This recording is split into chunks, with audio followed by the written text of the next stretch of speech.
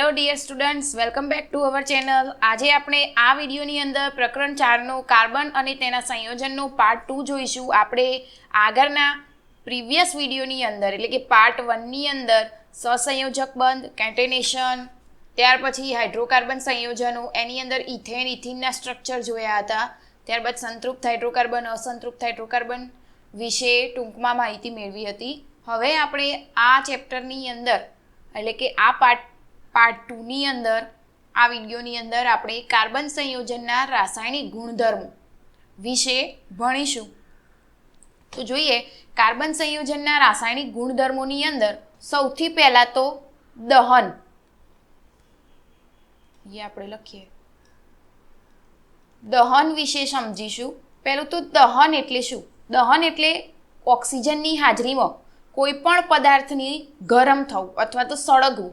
હવે આપણે જ્યારે તમે ધોરણ 7 અથવા 8ની અંદર ભણતા હતા ત્યારે તમે દહનનો એક પ્રયોગ કરતા હતા, જેની અંદર આપણે એક મીણબત્તી સળગાવી અને એની ઉપર કાચનો ગ્લાસ ઊંધો મૂકતા હતા. તો એની અંદર શું થતું હતું? પ્રયોગની અંદર મીણબત્તીનું દહન શરૂ થાય ત્યાર પછી શું થતું હતું કે જ્યારે આપણે એની ઉપર ગ્લાસ ઊંધો મૂકી દઈએ એટલે જ્યાં સુધી એની અંદર ગ્લાસની અંદર ઓક્સિજન હોય ત્યાં સુધી મીણબત્તીનું દહન થયા કરે, એની જ્યોત તમને દેખાય. ત્યાર પછી જેવો ઓક્સિજન પૂરો થઈ જતો હતો ત્યારે શું થઈ જતું હતું? મીણબત્તી બુઝાઈ જતી હતી. એટલે એનો મતલબ શું થયો કે જ્યારે દહન થતું હોય ત્યારે તે પદાર્થને સળગવા માટે અથવા તો દહન થવા માટે હવા અને ઓક્સિજનની હાજરીની જરૂર પડે છે. તો દહન એટલે શું? તો આપણે એ વ્યાખ્યા લખીએ તો જ્યારે કોઈ પદાર્થ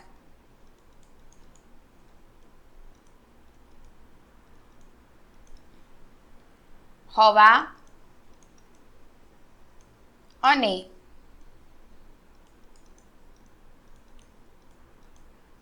ઓક્સિજનની હાજરીમાં ગરમ કરવામાં આવે ત્યારે તે પ્રક્રિયાને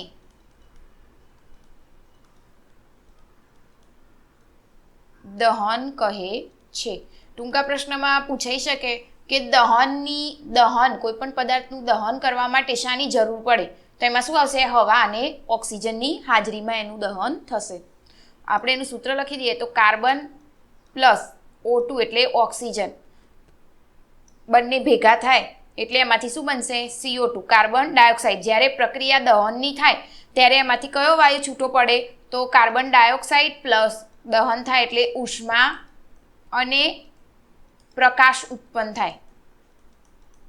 બરાબર. શું ઉત્પન્ન થશે? CO2 કાર્બન ડાયોક્સાઇડ અહીંયા લખી દઈએ, કાર્બન ડાયોક્સાઇડ, ઉષ્મા અને પ્રકાશ. અને આ C એટલે કાર્બન અને O2 એટલે કહેવાય ઓક્સિજન. બરાબર.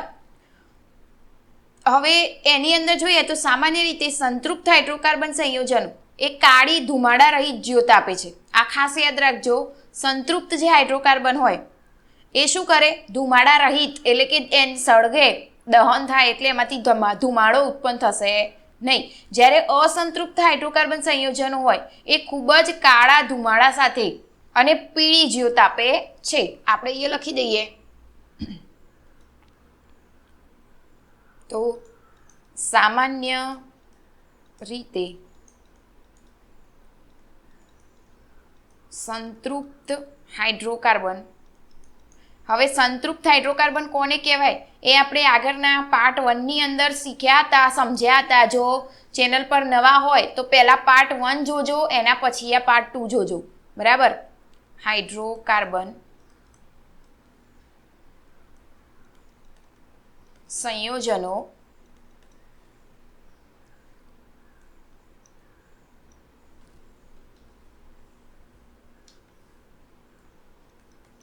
કાળી ધુમાડા રહિત એટલે કે ધુમાડો થાય નહીં, જ્યોત આપે છે. જ્યારે અસંતૃપ્ત હાઇડ્રોકાર્બન લઈએ, એ લખીએ, જ્યારે અસંતૃપ્ત હાઇડ્રોકાર્બન કેવી જ્યોત આપશે? ખૂબ જ કાળા ધુમાડા સાથેની પીળી જ્યોત આપે છે. કેવી જ્યોત આપે? તો કાળા ધુમાડા સાથે પીળી જ્યોત આપે. તો એને શું કહેવાય? અસંતૃપ્ત હાઇડ્રોકાર્બન. જ્યારે ધુમાડા રહિત જ્યોતથી જે સંયોજનોનું દહન થાય એવા સંયોજનોને શું કહેવાય? સંતૃપ્ત હાઇડ્રોકાર્બન. આ શોર્ટમાં યાદ રાખજો, ખૂબ જ જરૂરી છે, કામમાં આવશે. ત્યાર પછી આગળ નેક્સ્ટ જોઈએ તો એની અંદર આવશે ઓક્સિડેશન. ઓક્સિડેશનની પ્રક્રિયા જોઈએ. એ ઓક્સિડેશન કોને કહેવાય?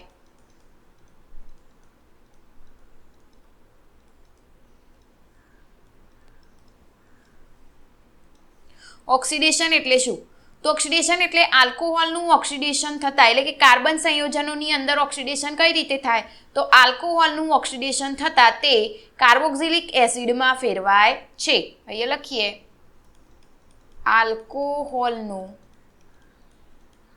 આલ્કોહોલ એટલે OH વાળા પ્રક્રિયકો. પાછળ કયો સમૂહ લાગે? OH. એ ઓક્સિડેશન થતા તે કાર્બોક્સિલિક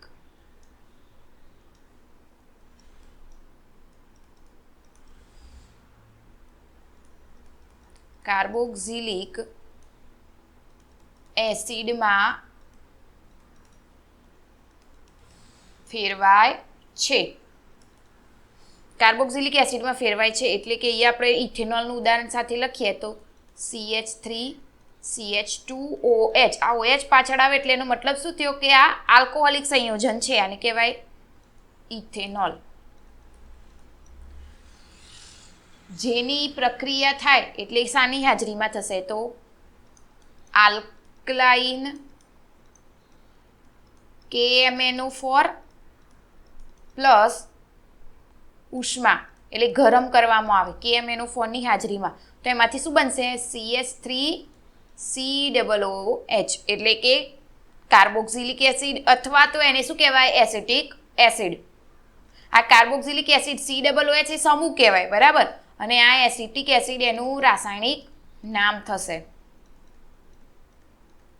બરાબર? તો ઓક્સિડેશન, કાર્બનિક સંયોજનોનું જ્યારે ઓક્સિડેશન થાય એટલે ખાસ યાદ રાખજો શું બનશે? કાર્બોક્સિલિક એસિડમાં ફેરવાય. COOH વાળો સમૂહ લાગશે એની અંદર, જેને એસિટિક એસિડ આપણે ઉદાહરણ સાથે લઈએ તો ઇથેનોલમાંથી શું બનશે? Acetic acid. મિથેનોલ લો તો શું બનશે? એ રીતે આગળ નવો પ્રક્રિયક બને, પણ એમાં COOH વાળો સમૂહ એટલે કે કાર્બોક્સિલિક એસિડમાં ફેરવાય. આ ખાસ યાદ રાખજો. ત્યાર પછી નેક્સ્ટ પ્રક્રિયા જોઈએ, જેની અંદર યોગશીલ પ્રક્રિયા. યોગશીલ પ્રક્રિયા. આ પ્રક્રિયાઓ 2 થી 3 ગુણની અંદર પરીક્ષામાં પૂછાઈ શકે, તો ખાસ ધ્યાન આપજો, બરાબર? અને પ્રક્રિયકો સાથે અમુક વાર ટૂંકા પ્રશ્નની અંદર પણ પૂછાતા હોય છે. તો જોઈએ અંદર યોગશીલ પ્રક્રિયામાં જ્યારે કાર્બનિક સંયોજનો હોય એની યોગશીલ પ્રક્રિયા થાય તો એ શાની થાય? તો પેલેડિયમ અથવા તો નિકલ જેવા ઉદ્દીપકની હાજરીમાં. લખીએ અહીંયા આપણે પેલેડિયમ એટલે PD અથવા નિકલ એટલે Ni. નિકલ જેવા ઉદ્દીપકોની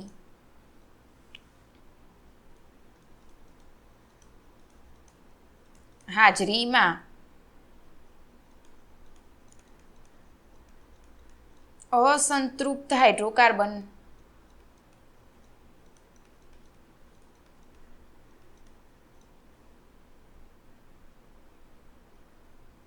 માં હાઇડ્રોજન ઉમેરાઈને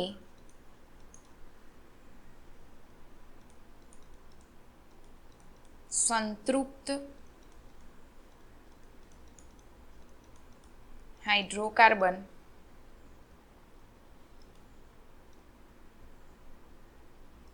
બનવાની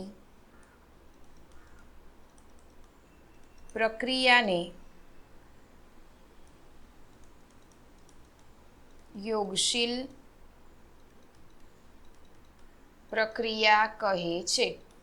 જોઈએ અહીંયા શું કીધેલું છે, પેલેડિયમ અથવા નિકલ જેવા ઉદ્દીપકની હાજરીમાં, એટલે કે આ ઉદ્દીપકોની હાજરીમાં અસંતૃપ્ત હાઇડ્રોકાર્બનમાં હાઇડ્રોજન ઉમેરાઈને સંતૃપ્ત હાઇડ્રોકાર્બન બનાવે. અસંતૃપ્ત કોને કહેવાય? તો જ્યારે એની અંદર બીજા એ હાઇડ્રોકાર્બનની અંદર હાઇડ્રોજન ઉમેરાઈ શકતું હોય તો એ અસંતૃપ્ત બને. બરાબર, એને સંતૃપ્ત કરી અને ત્યાર પછી આ પ્રક્રિયા કરવામાં આવે. બરાબર, તો એનું ઉદાહરણ જોઈએ તો એની પ્રક્રિયાને આપણે આ રીતે લખી શકીએ, સી ડબલ બોન્ડો. આ ડબલ બોન્ડ હોય એટલે શું કહેવાય? અસંતૃપ્ત બનશે. અહીંયા તમે આર એટલે કોઈ પણ સમૂહ અથવા હાઇડ્રોજન ઉમેરી શકો. અહીંયા કયો ઉદ્દીપક લીધો? નિકલ લીધો. નિકલ ઉદ્દીપક. તમે પેલેડિયમ મેં લઈ શકો અથવા નિકલની વાત કરીએ, બેમાંથી ગમે તે એક, બંને નહીં. બરાબર, હાઇડ્રોજન H2 ઉમેર્યો આપણે તો અહીંયા શું થઈ ગયું? તો અસંતૃપ્ત હતો એમાંથી 2 હાઇડ્રોજન ઉમેરાયા એટલે આ શું થઈ ગયો? સંતૃપ્ત થઈ ગયો. બરાબર, તો આ રીતે આ પ્રક્રિયા થશે. બરાબર, તમે એક્ઝામ્પલ અંદર એડ કરી શકો. તો આ રીતે યોગશીલ પ્રક્રિયા થાય. તમારે ખાસ ખાલી આટલું યાદ રાખો, તમે કોઈ પણ ઉદાહરણ આપવામાં આવે તો પણ તમે કરી શકો, પણ મેઇન પ્રક્રિયા તો આટલી જ કહેવાય. બરાબર, એટલે યોગશીલ પ્રક્રિયા આ રીતે લખી શકાય. ત્યાર પછી આગળ જોઈએ જેની અંદર વિસ્થાપનની પ્રક્રિયા આપેલી છે. ઘણી વખતે વિસ્થાપન પ્રક્રિયા પરીક્ષામાં પૂછાતી હોય છે, તો ખાસ તૈયાર કરવી. વિસ્થાપન પ્રક્રિયા. વિસ્થાપન પ્રક્રિયા કોને કહેવાય? તો સૂર્યપ્રકાશની હાજરીમાં હાઇડ્રોકાર્બનમાં ક્લોરીન એક પછી એક હાઇડ્રોજન અણુ પરમાણુઓનું વિસ્થાપન કરે. વિસ્થાપન કરે એટલે ઉમેરાય. બરાબર, તેને વિસ્થાપનની પ્રક્રિયા કહે છે. તો અહીંયા આપણે લખીએ તો સૂર્યપ્રકાશની હાજરીમાં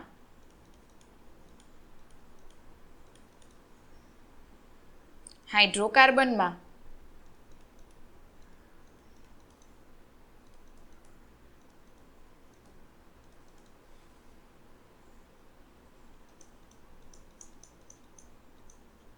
ક્લોરીન એક પછી એક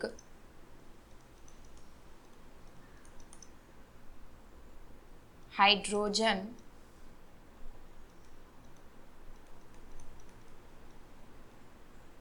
પરમાણુઓનું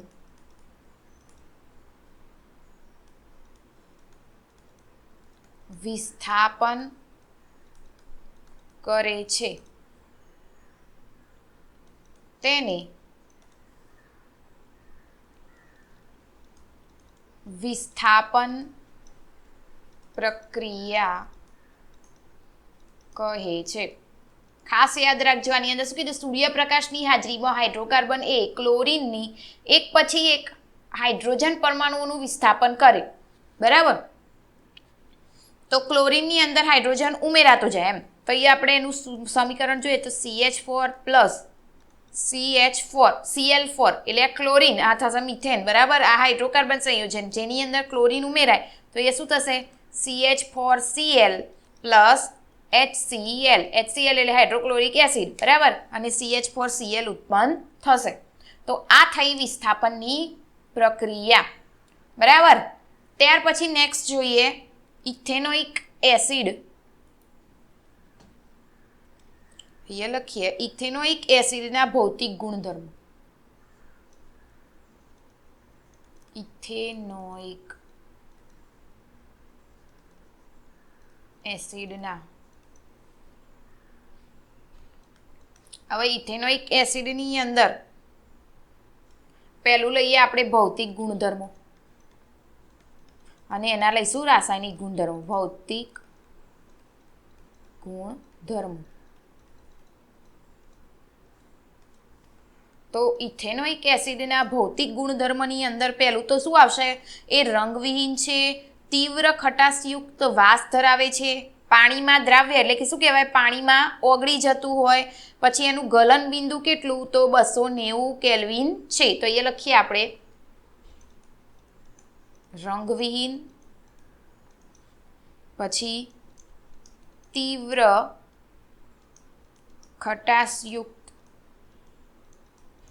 એટલે ખાટું હોય એવી વાસ ધરાવતું હોય, બરાબર. પછી પાણીમાં દ્રાવ્ય, દ્રાવ્ય એટલે પાણીમાં નાખો અને હલાવો તો એ ઓગળી જાય. ત્યાર પછી તેનું ગલન બિંદુ કેટલું? તો 290 કેલ્વિન, બરાબર. કે એટલે કેલ્વિન વંચાય, જે તમે ધોરણ 9ની અંદર ભણેલા છો, બરાબર. તો આટલા એના શું થયા? ભૌતિક ગુણધર્મો કયા કયા જોઈ લઈએ ફરીથી એકવાર. રંગવિહીન એટલે કે એનો કોઈ પણ રંગ હોય નહીં, પાણી જેવું હોય.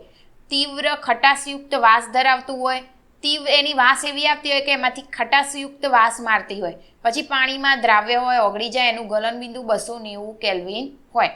ત્યાર પછી આગળ એના રાસાયણિક ગુણધર્મ જોઈએ તો એના રાસાયણિક પ્રક્રિયાઓ, સોરી ગુણધર્મો નહીં, રાસાયણિક પ્રક્રિયાઓ કઈ કઈ? આ પણ ખાસ પરીક્ષાની અંદર પૂછાતું હોય છે, એસ્ટરીકરણ અને ઇથેનોઇક એસિડના ઉપાયો, બરાબર. તો તૈયાર ખાસ કરજો, બરાબર. એક્ઝામની અંદર એસ્ટરીકરણ જેવી પ્રક્રિયાઓ 2-2 ગુણ અથવા તો 3 ગુણની અંદર પૂછાતી રહેતી હોય છે. તેની રાસાયણિક પ્રક્રિયાઓમાં પહેલું શું આપેલું છે? એસ્ટરીકરણની પ્રક્રિયા.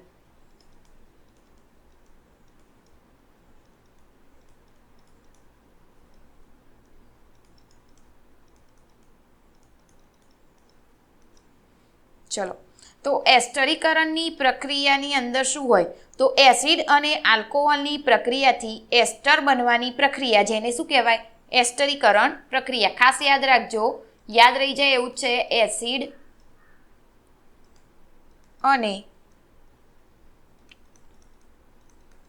આલ્કોહોલની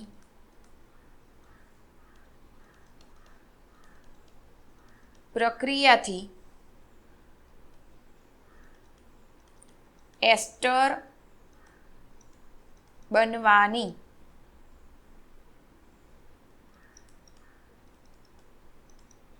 પ્રક્રિયાને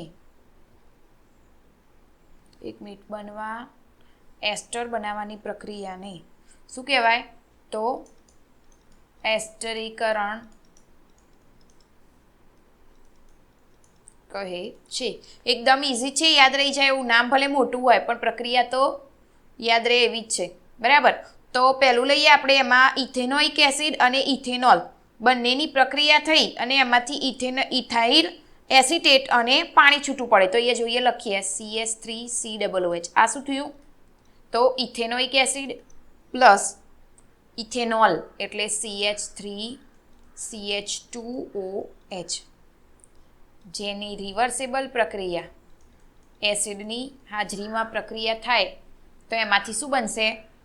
તો એમાંથી બનશે CH3COOCH2CH3, એટલે કે એમાંથી શું બન્યું કહેવાય? તો ઇથાઇલ એસિટેટ. આને શું કહેવાય? Ethyl acetate. અને આ શું બનશે? આને શું કહેવાય? લખી દઈએ, ઇથેનોઇક એસિડ. અને આ શું કહેવાય? ઇથેનોલ. આલ્કોહોલ એટલે આ ઇથેનોલ. OH સમૂહ લાગ્યો એટલા માટે, બરાબર. તો આ રીતે એસ્ટરીકરણની પ્રક્રિયા થશે, એસિડ અને આલ્કોહોલની પ્રક્રિયા. આ પહેલો કહેવાય એસિડ, આ કાર્બોક્સિલિક એસિડ અને આ આલ્કોહોલ, એ બંનેનું પ્રક્રિયા થાય એટલે એમાંથી શું બનશે? ઇથાઇલ એસિટેટ અથવા તો એસ્ટરીકરણની પ્રક્રિયા એસ્ટર બનશે. COO સમૂહ એટલે કે એસ્ટર સમૂહ. ત્યાર પછી એમાં ઇથેનોઇક એસિડના ઉપયોગો અહીંયા લખીએ. ઇથેનોઇક એસિડના ઉપયોગ. તો ઇથેનોઇક એસિડના ઉપયોગ શું થાય? તો ઇથેનોઇક એસિડના 5 થી 8% દ્રાવણને સરકો એટલે કે વિનેગર શું બનશે? એમાંથી વિનેગર કહે છે અને તેને અથાણામાં સંરક્ષણ તરીકે ઉપયોગ કરવામાં આવે એટલે કે આપણે પ્રિઝર્વેટિવ તરીકે એનો ઉપયોગ કરીએ. તો આપણે લખીએ અહીંયા ઇથેનોઇક એસિડના 5 થી 8% દ્રાવણને સરકો એટલે કે શું કહેવાય? વિનેગર કહે છે.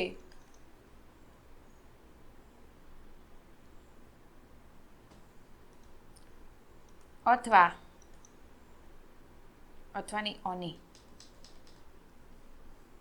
અને શું કહેવાય? અથાણામાં સંરક્ષણ એટલે કે પ્રિઝર્વેટિવ તરીકે ઉપયોગ થાય છે. એટલે કે અથાણા બગડે નહીં એના માટે, લાંબા સમય સુધી મૂકી શકાય એના માટે આનો પ્રિઝર્વેટિવ તરીકે એનો ઉપયોગ કરવામાં આવે છે. બરાબર.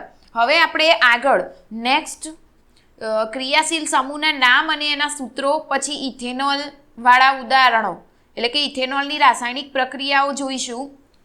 એ આગળના આપણે પાર્ટ 3ની અંદર જોઈશું. જો ત્યાં સુધી ચેનલ પર નવા હોય તો પ્લીઝ ચેનલને લાઇક, શેર અને સબસ્ક્રાઈબ કરી દેજો. ખાસ કરીને સબસ્ક્રાઈબ કરી દેજો જેથી આવનારા દરેક વિડીયોની તમને નોટિફિકેશન મળતી રહે. અને આજે આપણે જે કરાયું એ ફાસ્ટ રિવિઝન હતું, જેની અંદર મોટાભાગના પ્રશ્નો રિકવર ફટાફટ થતા હોય એટલે કે આપણે રિવિઝન કરવું હોય તો આ ઇઝી રહે. બરાબર.